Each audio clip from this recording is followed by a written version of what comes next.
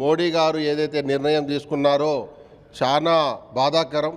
ఎందుకంటే మహాత్మా గాంధీ అంటే ఈ దేశానికి ఒక మారు పేరు. అలాంటి మహాత్మా గాంధీ పేరు ఉపాధి హామీ పథకం నుంచి తీయాలనే ఆలోచన రావడం కూడా చాలా దురదృష్టకరం. ఎందుకంటే ఇలా 140 కోట్ల జనం ఉన్న ఈ భారతదేశంలో ఏ ఒక్కరికి రాని ఆలోచన మోడీ గారికి వచ్చిందంటే అది ఆయన యొక్క వ్యక్తిత్వం అర్థమైపోతూ ఉంది.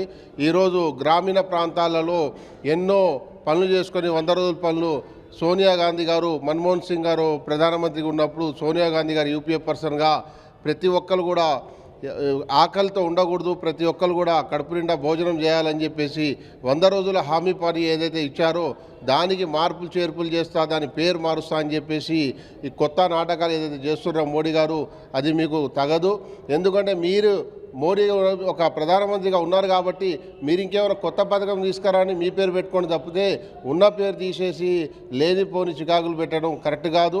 ఈరోజు మా ఏఐసిసి నుంచి టీపీసీసీ దాకా ఇక్కడ ఖమ్మం జిల్లా మొత్తం కదిలిపోయింది. తప్పకుండా మీకు రానున్న రోజుల్లో బుద్ధి చెప్తాం.